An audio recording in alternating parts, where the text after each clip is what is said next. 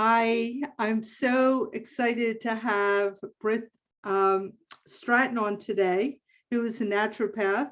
And we've been connected for a while on Facebook, but we've only gotten to meet face to face in the last couple months. And Britt is involved in a group that I'm involved in, and I've gotten to hear her speak several times on a variety of topics. And I'm blown away by her. I think like so much information packed into one person just blows me away. So I asked her to come on to do this interview today. And so I'm thrilled that you're here and thank you. Thank you, Nancy. It's always nice to meet someone. I mean, we have met in person, but when that happened, it's always nice to put the actual face with the person. And I have gotten to know you a little bit and have enjoyed it so much. Um, Thanks for having me today. I'm just going to tell you a little bit about myself. I was actually introduced to natural health by my mom. When my sister was 9 months old and I was almost 5, she had terrible ear infections. And someone from our church said, "Oh, you should take her to a chiropractor." So my mom did. So there you go. Kudos to your profession. And she never had another ear infection again after she went to the chiropractor. My mom had already been kind of naturally minded. We took vitamins and ate more natural food and all of that. And then as I got older, we kind of kept that up. And then when I was 15, my youngest sister was born, had a lot of food allergies. And that took us a little deeper into natural health. And she followed the Fungal diet. I don't know if you're familiar with that. Yep. And it helped her a lot. So I had experienced that. Then when I had kids, one of my children had some similar issues. We kept up with chiropractic care. And then about 20 years ago, I decided not to vaccinate my children because my son was vaccine injured. So that took me down a whole new rabbit hole. I didn't know I had a choice until then. I just thought I didn't have a choice. And so I took a step of faith. And, it's been kind of from there, my world has exploded into, okay, so what's real, what's not? What do we do to support our bodies or not? In 2016, I became a naturopath and completed my training and had opened a practice as a CNHP before that.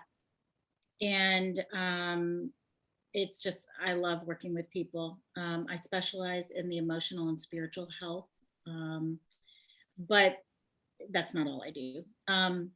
So I'm going to just share a few things today about, kind of the progression of the way we care for people who have been exposed to COVID. Just if you want to direct me at all and lead me, I'll follow your lead. But, so that's kind of why I'm here today. Yeah. So if you could start out with explaining, do you have a protocol for people for prevention, whether they've been vaccinated or not?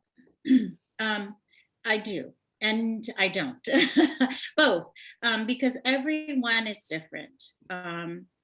We are a society that wants an answer, one right answer. And unfortunately, we're not going to find that in a bottle. We're not going to find that in a tagline. We have to look at who we are as people. What I didn't mention is I have 8 children. I have 5 biological children and 3 adopted children, and they are all different. Even my biological children are biologically different. They are chemically different. What affects one doesn't affect another.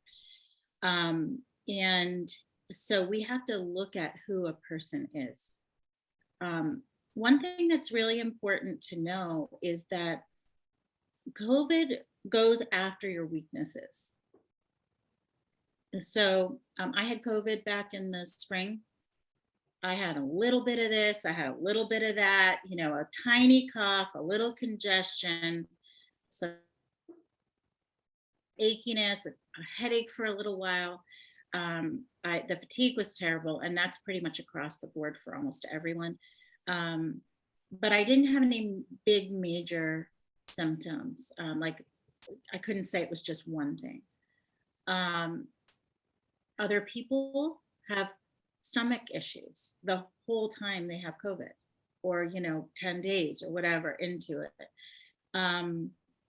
So I think we need to look at what our weaknesses are. If we can kind of help our body before we're exposed to COVID, we are going to be healthier. So I just the have a way quick that I question. do that.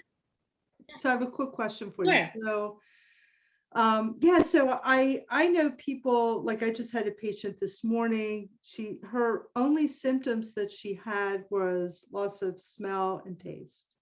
And that was the same thing with her mother, who's much older than she, and her husband, and her husband even, he's a smoker, and he's actually regaining his sense of smell faster. It really annoys her.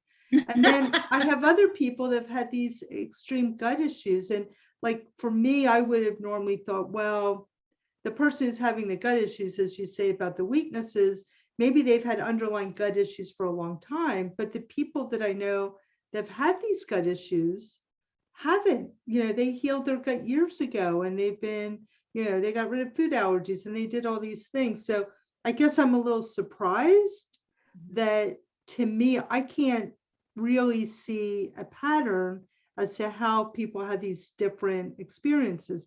Maybe you have. I don't know. Well, I suspect with gut issues, liver. So even if we feel like, okay, we've healed the gut, that we've healed the mucosal lining, all of us are exposed to toxicity. And have we, is it liver? Also kidney. Now, the people that I know that have the one that I know of that had the gut issues the worst is diabetic, is on medication for that and other things. And the nausea and vomiting did go on for 10 days. Diarrhea, nausea, vomiting, it was really bad. Fever, the whole thing. And in a lot of ways, I think it may have only been the fact that she had been taking vitamin D for so long that really kept her alive. Because of the diabetes, you can't eat, you're taking insulin shots. I mean, it was pretty serious. Right. So my guess with her is overloaded liver, overloaded kidneys.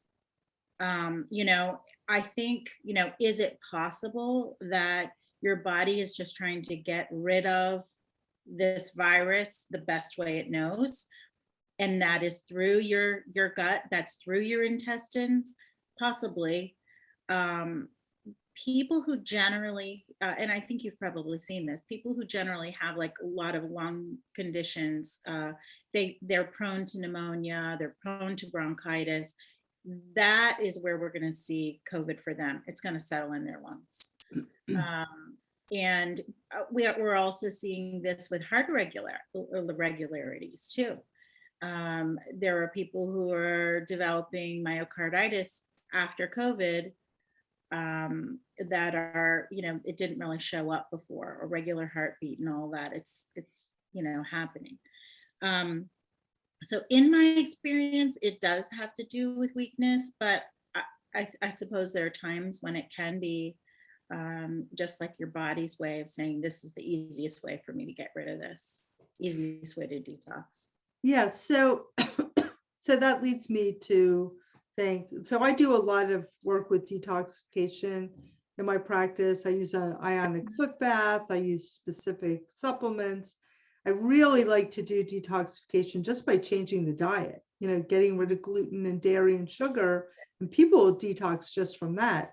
So I'm hoping that if people take nothing else away from our discussion today, that they think about doing a good, like, whole food cleanse, like, eating certain foods, getting rid of other foods, maybe doing milk thistle for the liver, just really getting the body cleaned out, even if you think that you're healthy. And that leads me actually to my first thing that I was going to say. I didn't grab the supplement, but there is a homeopathic that I order. It's called Whole Body Detox. Have you used that one before, Nancy? I haven't, but I've heard of it. It's this same company. I'll show you the bottle. It's Professional Formulas. And what I do with this is I get my clients that I've had for a while, I liked for them to be on this when I first I'm introduced to them. There are a few tricks to it, because you don't want somebody to detox too quickly, as you know. Right. So even though it's homeopathic and it's gentle, I always basically muscle test to see how many drops of this can they handle safely right now. And then I have them work up to the full dose. So they might be taking 3 drops 3 times a day instead of 10. And then we have them work up to a full dose. But it's this company right here, Professional Formulas. And they're the ones that have the whole body detox. But I really like them. I feel like they're very affordable, credible combinations in the homeopathics. So I like to start people with that when they're coming to me. The other thing I do that's a little different, and I don't know if this is backwards in your screen or not, but this is pH paper. Do you use this at all with your clients? Do. Okay, so one of the modalities that I'm trained in is called RBTI, and it stands for Ream's Biological Theory of Ionization. And it's a urine and saliva test. We test to see what salts, sugars, pH, cell debris, ureas are. And when we do that, we see how people are digesting. So you were talking about a food detox. That is basically what this is, but it's tailored to the person. Nice. So when we look at someone's pH so we look at urine and saliva with the pH paper, we can see, are they too acidic? Are they too alkaline? And I like to see people at about 6.4.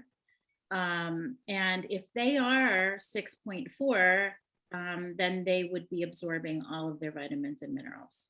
Sometimes those pHs can be split.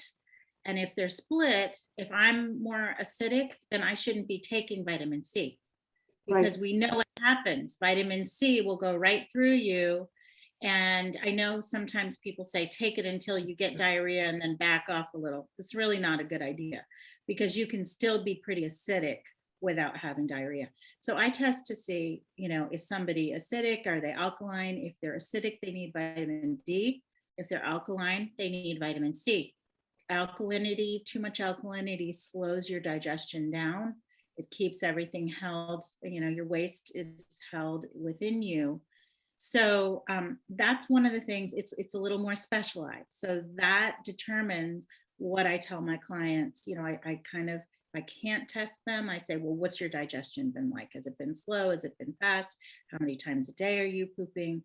And that's the kind of thing we like to talk about, right? Spit and poop all the time. Yep. So because of that, I don't just say, take vitamin C, take vitamin D. I really look at who they are and what they have going on. And I do think that's so important. I think that, one of the problems that I see is people are looking for these generalized recommendations. And like in my practice, I don't use that particular test, but I do muscle test, right? Yeah. So I have the supplements and I muscle test and I see what they're strong for and what they're weak for. So, again, this is another really important piece to take away, is that what's good for you may not be good for your child or your spouse or your best friend. And, Right. we're all individuals. We all have different makeups. We have different genetics. There's so many Mhm. pieces that go into who we are as a person. And Right. it should never be a one size fits all. Exactly. So and so that leads me to you know, some of the things that we know speeds up the digestion, right? So if you are super acidic, you don't want to be taking a lot of magnesium because you'll be in the bathroom all day and it will acidify you. If you are acidic, as much as everybody loves probiotics, we don't want to take a lot of probiotics because those turn into a calcium lactate inside the gut and they will speed up your digestion too much. So there are certain foods, there are certain supplements that are better depending on what your pH is. And some of that is we want to help you get to the right place so that you can actually absorb everything. It's the whole study of RBTI is super fascinating. And as much as I know, there are people who know lifetimes more than I do. But it has been incredibly helpful for me with my clients. So I look at who they are. And I also look at where their weaknesses are, where, like we were talking about, what do they smoke? If they smoke, well, then we're gonna pay a lot of attention to their respiratory system. The other thing that I like is I'd like to do, I think on Full Script, you probably use this too. Premier, they have a Parastat, which is like a like a parasite cleanse. It has wormwood, it has black walnut. We know that the body sees COVID as parasites. Right. It sees it as fungus as well. And those things are also helpful for fungal infections. I do something called a bioenergetic scan. And when I did one at the beginning of 2020 in March, a client said, "Hey, I think my daughter has COVID." She did. Can you see what's going on? And it came up, yes, there were some things going on with frequency, with 5G, cell tower kind of things. There were some fungal things, and there were parasites. And so our bodies, even if it is not a parasite, if our body reads it that way, we need to treat it. We need to help ourselves and boost our immune systems for that. After the vaccines came out, I tested the same sort of thing for the mRNA vaccines. And there were two different fungal things and 2 or 3 different parasite frequencies that my clients needed. So I So, actually used. so are you saying that the fungal stuff was in the vaccine? I'm not saying it was in the vaccine, but our bodies read it that way. So Interesting. the person that I was testing, I did it for both the 2 mRNA vaccines, and whether one reads one way and one reads another, I don't know. I just kind of combined them together. But basically, it would be like if your body came up against a fungus, the homeopathic frequency that you would need would be for that fungus or for something very similar. So the frequency that our bodies need against the mRNA vaccine is similar to fungal and parasitical. And we know that in the medical community, where we have doctors who are pretty awake to what's going on, they are using ivermectin, they are using hydroxychloroquine, and those are anti-parasitic drugs. So there is a way that it attacks the body, whether it is technically a parasite or whether it's just something similar. Our bodies read it, it reads it that way. Our bodies translate what is out there and what comes in a certain way, and that was one of them. So I do like to recommend proactively something anti-parasitical. I like wormwood. I like black walnut a lot. I am also recommending quercetin and NAC. NAC's kind of been under fire recently. And if you don't know what that is, it's N-acetylcysteine, and it's a really powerful detoxer. And glutathione is too. I've been using that for quite some time. As we age, our glutathione levels go down. The worse our health is, the more junk we eat. And so we need help to try to detox. And so that's something, I have a couple companies that I order from that I really like their glutathione.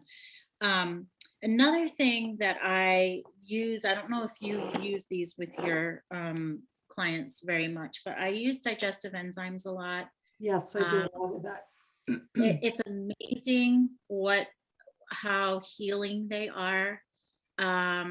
And one of the things that I really like is and I was just emailing some clients this morning about this, we got to look at the foundations, right? Our air, our water, and our food are the things that give us nutrients. We've got to have that oxygen to survive.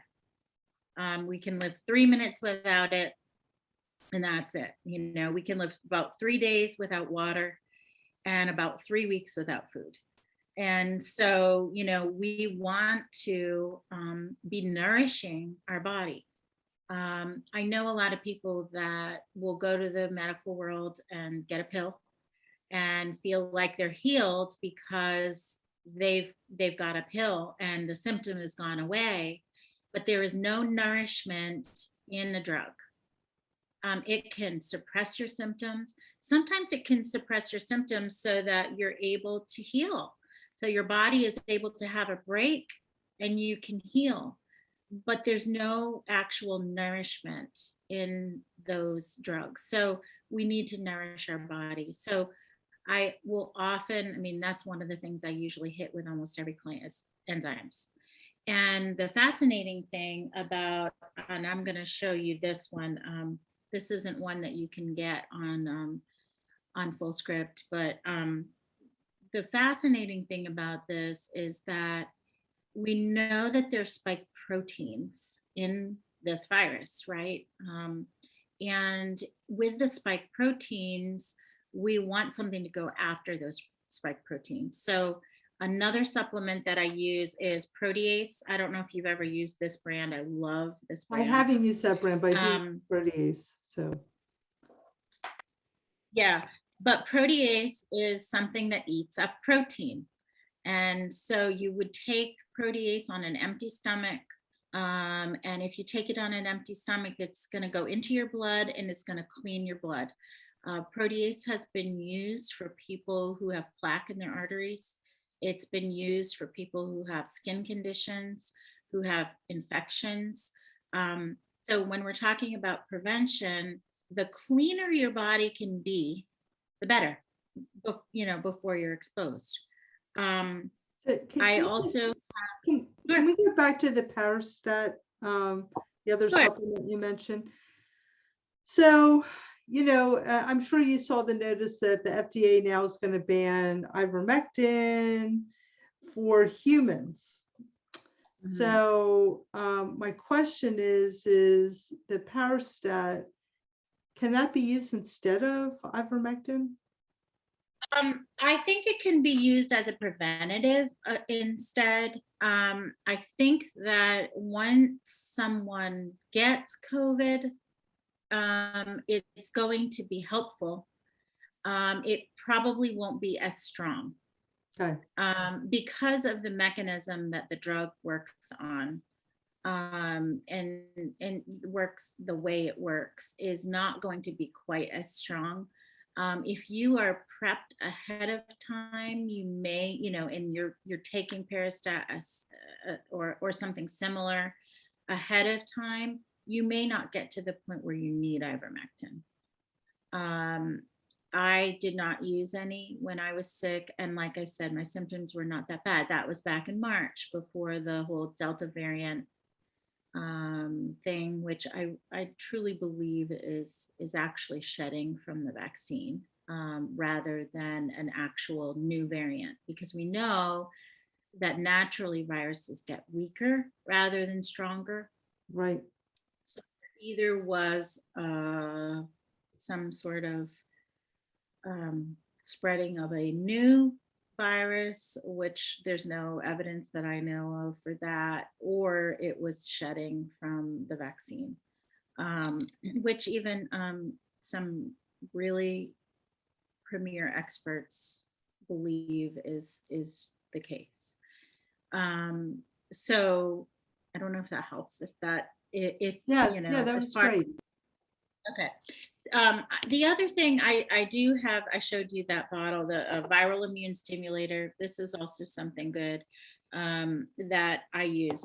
The funny thing is that I've shown you all of these things, but I'm more the person to work on your foundations and your food and all of that and not use a lot of supplements usually. This is kind of a protection mechanism. I've had my mom and dad on these things. They're in great health. They're 72, but and there's no reason to think that they wouldn't do well, but we've supported them that way. But a lot of the things I like to do are actually, what I call kitchen medicine, things that you can cook up in your kitchen. So I'm going to share a couple of those with you, and I can probably send you a link, Nancy, for the recipes. I don't know if you post any of that or not on your podcast, but so one of the things I really like to do is a star anise tea, and the star anise. I think it's. I had a graphic that I used. Star anise and pine needles, and also sweet gum ball tree. It's called sweet gum balls, but it's a tincture made from the sweet gum tree, the fruit from the sweet gum tree. Those are all very spiky looking, and they all work on the spike protein. The star anise is the most effective. It has the highest amount of suramin in it. So suramin is an antiparasitic. So what is recommended is that you take a couple, I think the recipe may even only say one, but one star anise, you boil it and simmer for about 20 minutes. And then you would drink the water from that, which is like a tea. It's very much licorice tasting. And I know some people don't like that. I don't mind it, but I like to mix it with kind of a chai, either an herbal chai or a black chai tea, and, sweeten it a little bit. And I actually really enjoy it that way. But this would be something preventatively, like you have one cup a day, maybe 2 cups a day, if you're really feeling like you have exposure. You can also be drinking this if you have COVID. You can be drinking this if you're around people who are vaccinated as well. It's going to fight off the spike proteins. So can you get the star anise just as a tea, or do you have to? I believe you can. I've seen if you go on YouTube, I've seen where they grind it almost like you would coffee. You could put it in an espresso maker, and the heat and the pressure make a tea. I believe they probably have it in tea bags as well. It would be ground. Yeah. The star anise, the way I do it, that's actually good for 7 to 10 uses. So 1 star, or I do 2, but that would last you a long time. You'd be able to get a lot of tea out of that. Yeah. But it really is your choice. Yeah, the chai tea I have has it in it. Oh, yes. It probably isn't enough though. It's probably like a dash of that, because you would taste a lot more licorice. you'd really probably taste it. Mm. But I like to do that. Was one other thing I was going to say about that? I forget. The other thing that I really like to do, and I actually could really get addicted to, I've made a quercetin syrup. So natural hydroxychloroquine basically is what is the way that the quercetin syrup works. So with that, I was just before we talked today, my dad was asking for the recipe for that. It's 3 large grapefruits, 3 or 4. You peel them and you use the rinds, and then you're doing 2 or 3 lemons, just the rinds for the lemons, and you boil them for about 2 hours. And I think I did mine a little longer, and then I just left the lid on it to cool all night long. And I used distilled water when I made this. And then when it was completely cooled, I strained everything out. I did add some fresh lemon juice, just because the lemon is a good preservative. And I added some raw honey. And so that made it kind of a bittersweet type of a concoction. It's a little thinner than a syrup. And this I like to tell people, like 1 or 2 tablespoons a day, like maybe morning and night. And then if you do get COVID, you can take about 1 tablespoon an hour. Right. And it's, it is, this is actually something that is wonderful for people with allergies, nasal allergies, any kind of allergies. It's good if you're fighting a cold or something like that. Another thing that I really like to do, as far as if someone gets COVID, or if they believe they've been exposed, we want to do some physical detoxes through their skin. I have a far infrared sauna I like to use. But I also love, love, love detox baths. So one of the ways that I use a detox bath is with an ozonator. I'll, put my ozone machine on, and there are some good ones that are. Mine was only just over $100, and it does what I need it to do. So I'll sometimes do an ozone bath. Other times I will do clay and depending on the size of your tub, like a couple cups of clay. If going back to pH, if someone is acidic, they need baking soda. If someone is alkaline, they need magnesium salts. So a lot of times people use Epsom salts, but unfortunately Epsom salts have sulfates in them. And there are people who are allergic to sulfates. They have a buildup of sulfates and have some allergies from that. So I try to avoid the Epsom salts. But this is a really good detox. And then I think we're gonna later on, when we talk about being exposed to the shot or getting the shot, I'll kind of add to that. But I also do sometimes I do some essential oils in there, cilantro. I'll do some sea salt and clove sometimes. But that is a really good detox, especially in nice hot water. Your body sweats and you open up those pores and you get rid of what you need to get rid of. So those are kind of, there are always, like you were saying, there are things that certain people need that I haven't talked about. I'll hit on one more. If someone gets COVID or they feel like they're coming down with it, calcium is a really important mineral.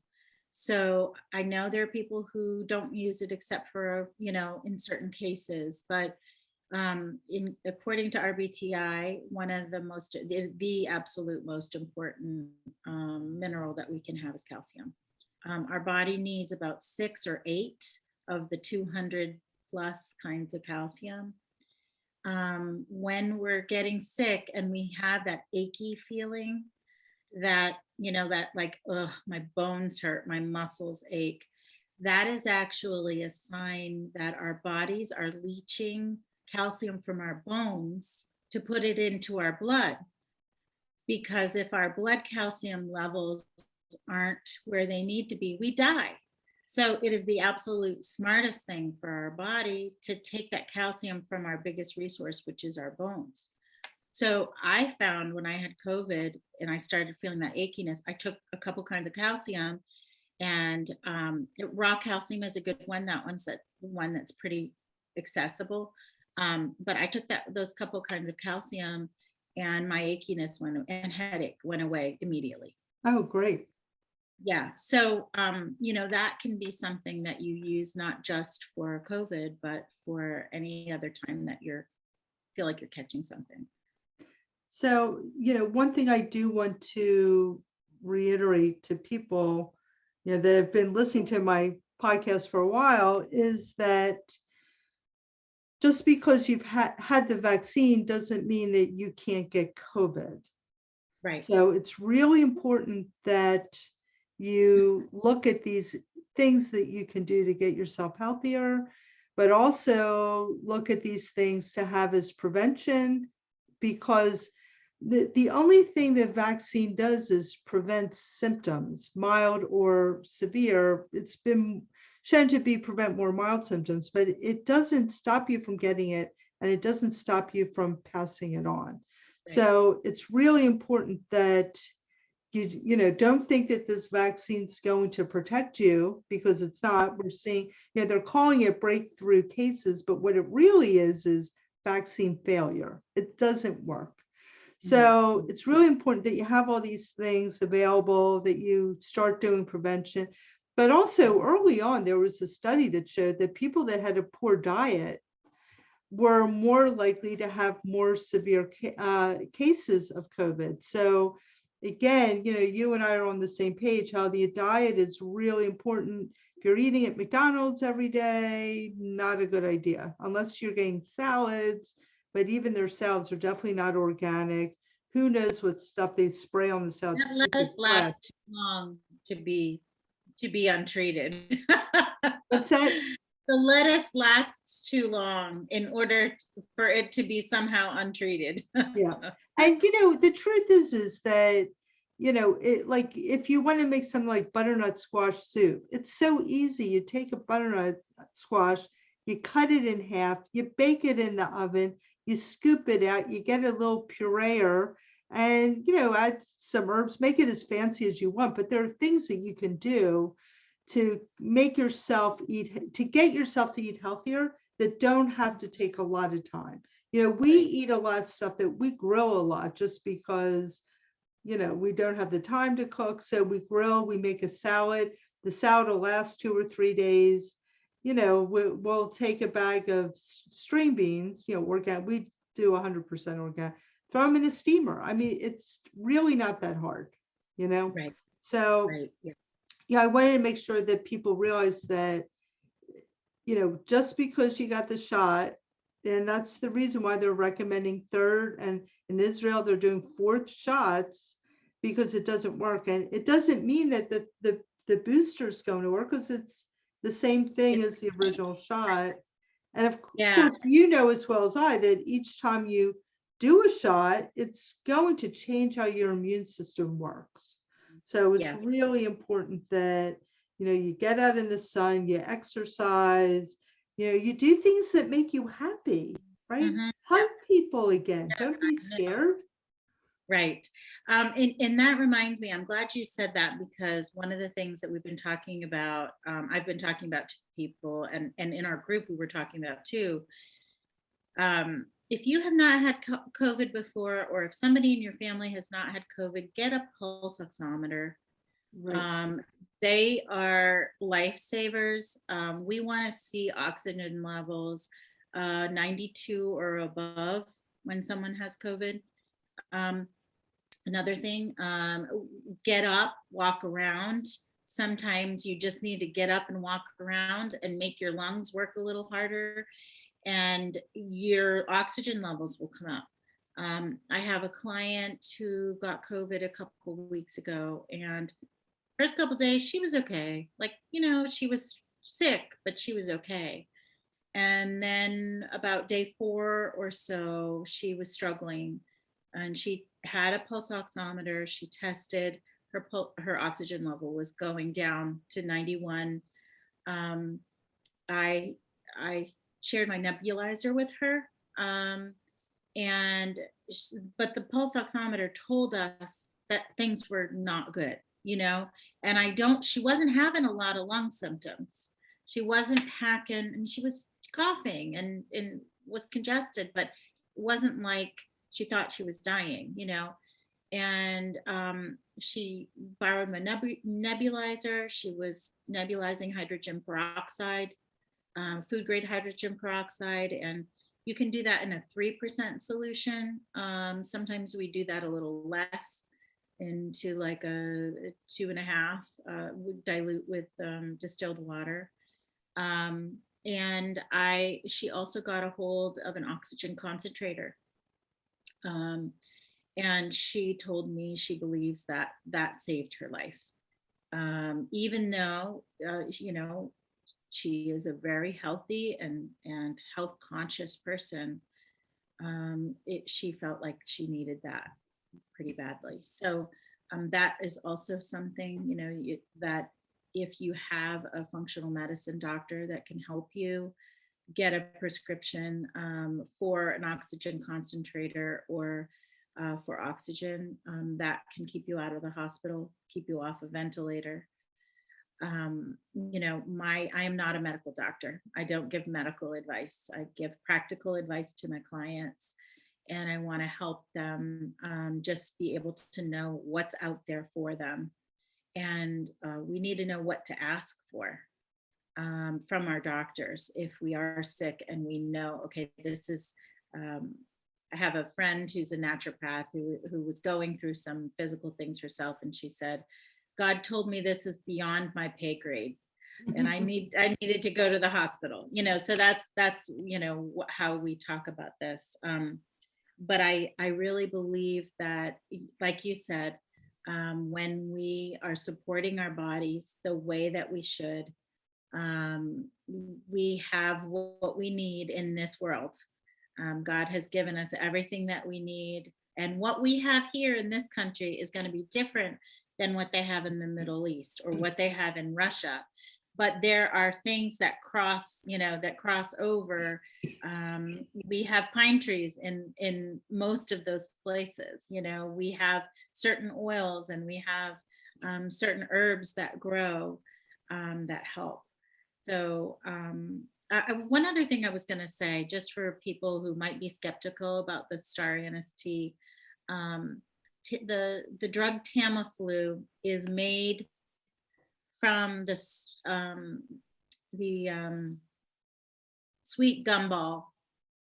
They analyzed the tincture of sweet gumball and made the extraction of the chemicals to make the drug Tamiflu.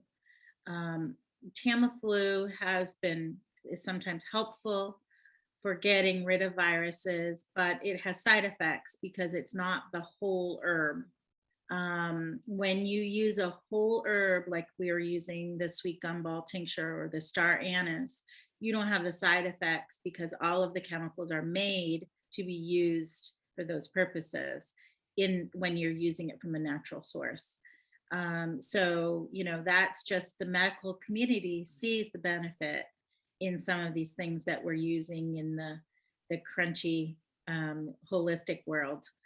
But so those are I love that. I love that we have that available to us, and it's practically free compared to the cost of a lot of drugs. Yeah, it's there's a lot to learn. Oh, melatonin. is very important. If you do get COVID, it works as a blood thinner. White willow would also be a blood thinner. They're saying that people with A positive blood are having more trouble with clotting issues. Those wouldn't be the only ones necessarily, because there can be other risk factors. Being dehydrated is a huge, huge risk for people who have COVID. If you aren't getting up and getting your water, you're not drinking, you could be at risk. So if someone wants to reach you, what is the best way that they can find you? Yes, my website is Twin Valley Holistic Health and Wellness. And I am in Narvin, Pennsylvania. I do virtual appointments as well.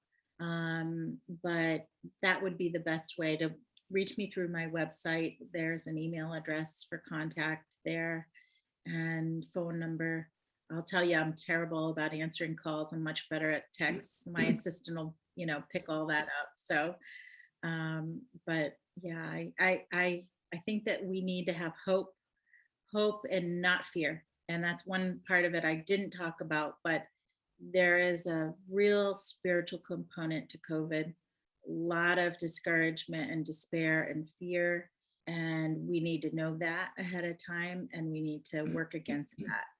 We could do a whole podcast interview on just that. And I think I'd like to do that, because I think it's important, maybe bring on a few of our other friends that are on the same page. But yeah, I do feel like I do get calls every now and then from friends, and they are in despair, because they watch the TV and they, see what is being spewed out there. And I basically say to them, turn off the TV. If there's anything you need to know about, I'll let you know.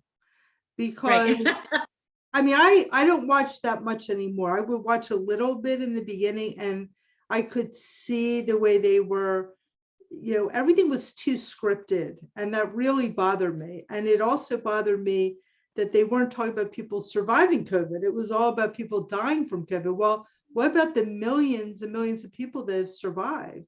And have Why aren't you interviewing those people and find out what they did, right? Rather than just focusing on people that are dying. Most of the time they're dying from medical errors. They're not getting the right treatment.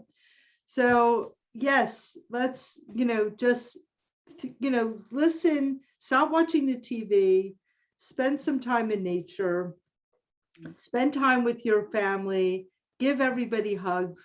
Yeah. And find a way of not talking about this crap, find a way of going back to pre-COVID, dancing, doing things that make you happy. And that's also important for boosting the immune system too. It is. Yep. And the other thing I think of is that we who have had COVID, now my whole family has had it, because they got it in beginning of September. I got to take care of all of them. But now that you've had it, don't be afraid. Go help people who have COVID. Go take care of someone who has COVID. That is the best thing we can do. And, as far as being afraid is concerned, they've proven basically that this is a manufactured virus. There's intention behind that virus. It was made with intention, and that's going to come out. And that intention is fear and death. And so, just knowing that gives us, puts us up on higher ground in order to be able to fight with more knowledge and just emotionally and spiritually go after it. Yeah. So there is hope. And I just encourage people, have a person who in your back pocket who's had COVID or is not afraid. There are people who don't know if they have it, don't know if they have immunity, but they're not afraid. Have them on your speed dial, so that in your favorites, so that you can call them and say, hey, I need you to pick stuff up for me. Can you come? Can you, make me some soup? We need to have those people, because human contact, like you're saying, hugging, human contact is life-giving. And we all need that. Thank you so much. You're always a blessing to speak with, and I'm very grateful to have you in my life. Thank you, Nancy. Thanks. It was great to be here.